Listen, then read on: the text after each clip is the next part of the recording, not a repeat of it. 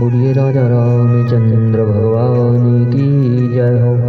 आज का प्रसंग है, क्या महाराज दशरथ जी नहीं जानते थे कि स्वयं नारायण ही मेरे घर पुत्र रूप में अवतरित हुए हैं। महारानी कैकेयी ने केवल श्री राम जी को ही 14 वर्ष का वनवास मांगा था। फिर माता सीता जी को भगवान श्री राम जी ने क्यों वन को साथ में ले गए, यही प्रसंग सुनाने जा रहे हैं। आशा करते हैं आप इसे अवश्य ही पसंद करेंगे। श्री आनंद रामायण के अनुसार एक समय मुनि मुद्गल तथा गुरु वशिष्ठ जी के वाक्यों से और श्री राम जी के दैवीय चरित्रों को देखकर राजा दशरथ जी ने राम जी को साक्षात नारायण समझकर एकांत में बुलाया और भक्ति भाव तथा विनय पूर्वक कहने लगे कि हे राम, तुम साक्षात नारायण हो। तुमने भूमि का भार हरण करने के लिए मेरे घर अवतार लिया है। ऐसा अज्ञान युक्त बुद्धि वाले लोग कहते हैं। इस कारण हे राम, तुम्हारी माया से मोहित मैं प्रार्थना करता हूँ कि तुम ज्ञान का उपदेश देकर मेरा भी अज्ञान दूर कर दो।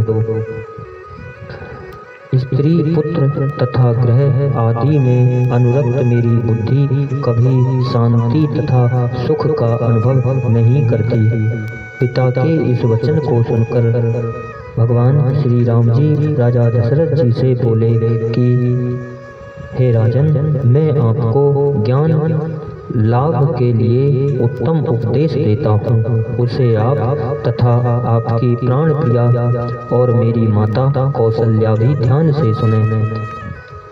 माया से उत्पन्न यह संसार आत्मा में उसी प्रकार झूठा भासित होता है जैसे कि सीपी में चांदी, रेती में जल, रस्सी में सांप तथा मृग मरीचिका में सलिल भासित होता है। मृग मरीचिका में सलिल भासित होता है। अज्ञानी लोग इस आभास को भी नित्य तथा अनश्वर समझते हैं, परंतु पंडित लोग तो इससे विपरीत ही मानते हैं। उनके मत में आत्मा शुद्ध, नित्य तथा सच्चिदानंद स्वरूप है। उसके अंश मात्र से समस्त विश्व के स्वामी ब्रह्मादि तथा हम सब प्राणी माया के अधीन होकर जगत की स्थिति, उत्पत्ति तथा विनाश के लिए नट की तरह विविध रूपों को धारण करते हैं, किंतु आत्मा स्वयं किसी में आसक्त नहीं होती। जिस प्रकार कमल पत्र पर जल का स्पर्श नहीं होता, उसी प्रकार अमल नित्य और परम आनंद स्वरूप आत्मा भी माया से निर्लिप्त रहती है। देह गेह पुत्र स्त्री आदि पर से ममता हटाकर अथवा संन्यास भाव के द्वारा समस्त भावनाओं को छोड़कर यह जो दृश्यमान संसार है उसको चिद्घन ब्रह्म से अभिन्न नारायण स्वरूप जान उसी ईश्वर को सर्वत्र व्याप्त देखकर आप इस भव संकट से मुक्त हो जाएंगे। हे राजन, पहले आप सत्य भाषण, पवित्रता, दया, शांति, क्षमा, इंद्रिय निग्रह, अहिंसा, भगवत भक्ति तथा वेदोक्त मार्ग के अनुवर्तन आदि गुणों को निरंतर धारण करें। चोरी, जुआ, ईर्षा, पाखंड, क्रूरता, लोभ, भय, क्रोध, शोक, निंदनीय काम में प्रवृत्ति, वेद, विप्र, साधु, सन्यासी आदि का मान भंग, निंदा और चुगलखोरी आदि को अपने दिल से दूर कर दें। आपने पूर्व काल में तप करके मुझको पुत्र रूप से मांगा था, इसी कारण मैं आपके यहाँ पुत्र रूप में जायमान हुआ हूँ। यह जो मैंने आपको अज्ञान रूपी मल नष्ट करने वाला उपदेश दिया है, उसे आप अपने मन में ही रखिएगा, किसी से कहिएगा नहीं। राम के इस उपदेश को सुनते ही राजा के मन में मायाकृत मोह दूर हो गया और सद्भाव से परिपूर्ण तथा रोमांचित शरीर होकर दृढ़ भक्ति भाव से राजा दशरथ जी ने राम जी के चरणों की वंदना की। इस प्रकार निर्मल हृदय वाले पिता से राम जी फिर कहने लगे कि हे राजन, पुत्र को प्रणाम करना आपको उचित नहीं है। माया से मनुष्य देहधारी मेरा इससे उपहास होगा। इस कारण आप सदा आदर भाव से मन में ही मेरा भजन किया करें। मन तथा प्राण को मुझे अर्पण करके मेरी दृढ़ भक्ति करें। ऐसा कह तथा माता पिता की आज्ञा लेकर श्री राम जी ने उनको नमस्कार किया और अपने भवन की ओर चल दिए। प्रतिदिन सैकड़ों की संख्या में वनवासी मुनिजन भी श्री रामचंद्र जी का दर्शन करने के लिए अयोध्या में आते रहते थे। वे बिना रोक टोक भीतर जाकर भगवान श्री राम का दर्शन तथा स्तुति करते और राम जी के द्वारा किए हुए सत्कार को ग्रहण करके प्रसन्नता पूर्वक 5-7 दिन वहां रहकर अपने अपने आश्रम को चले जाते थे। जो काम करने से राम जी प्रसन्न होते थे, पतिव्रता सीता जी उन हास्य क्रीड़ाओं तथा आसन आदि का विधान करती थीं। विवाह के बाद राम जी ने 12 वर्ष तक सीता जी के साथ अयोध्या में आनंद पूर्वक विलास किया। कलयुग के 1000 वर्षों के बराबर सतयुग का 1 वर्ष जानना चाहिए। कलयुग के 100 वर्षों के बराबर त्रेता युग का 1 वर्ष और कलयुग के 12 वर्ष के बराबर द्वापर का 1 वर्ष होता है।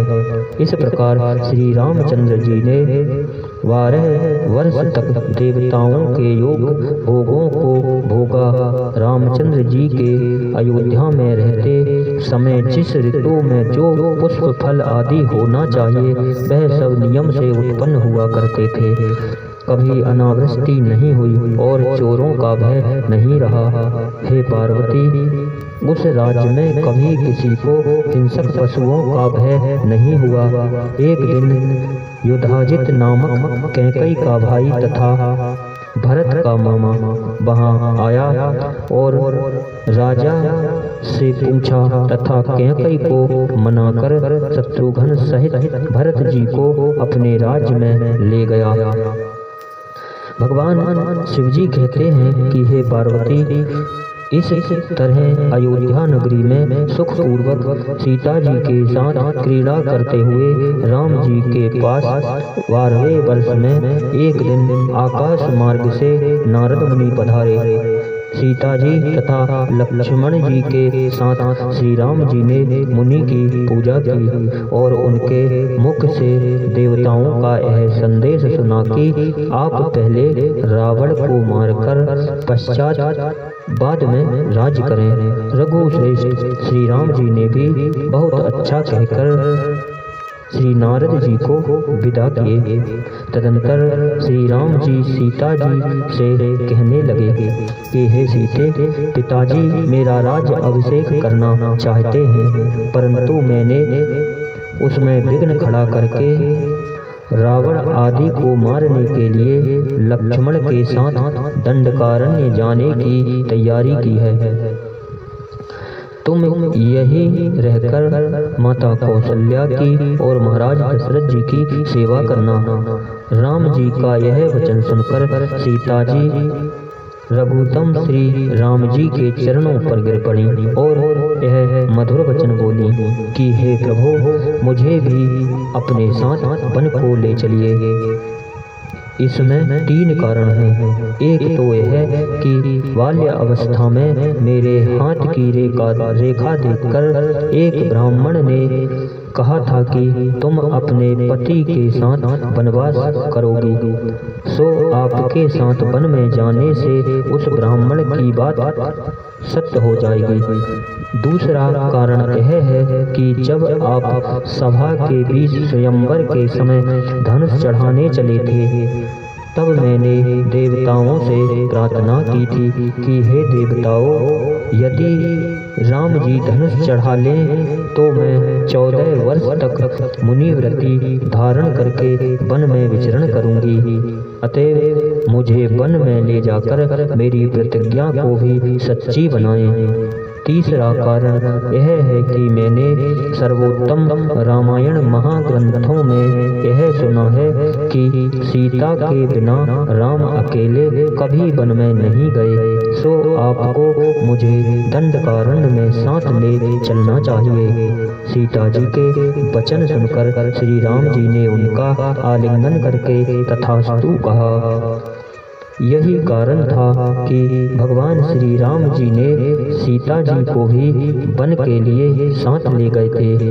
इन्हीं शब्दों के साथ बोलिए राजा रामचंद्र भगवान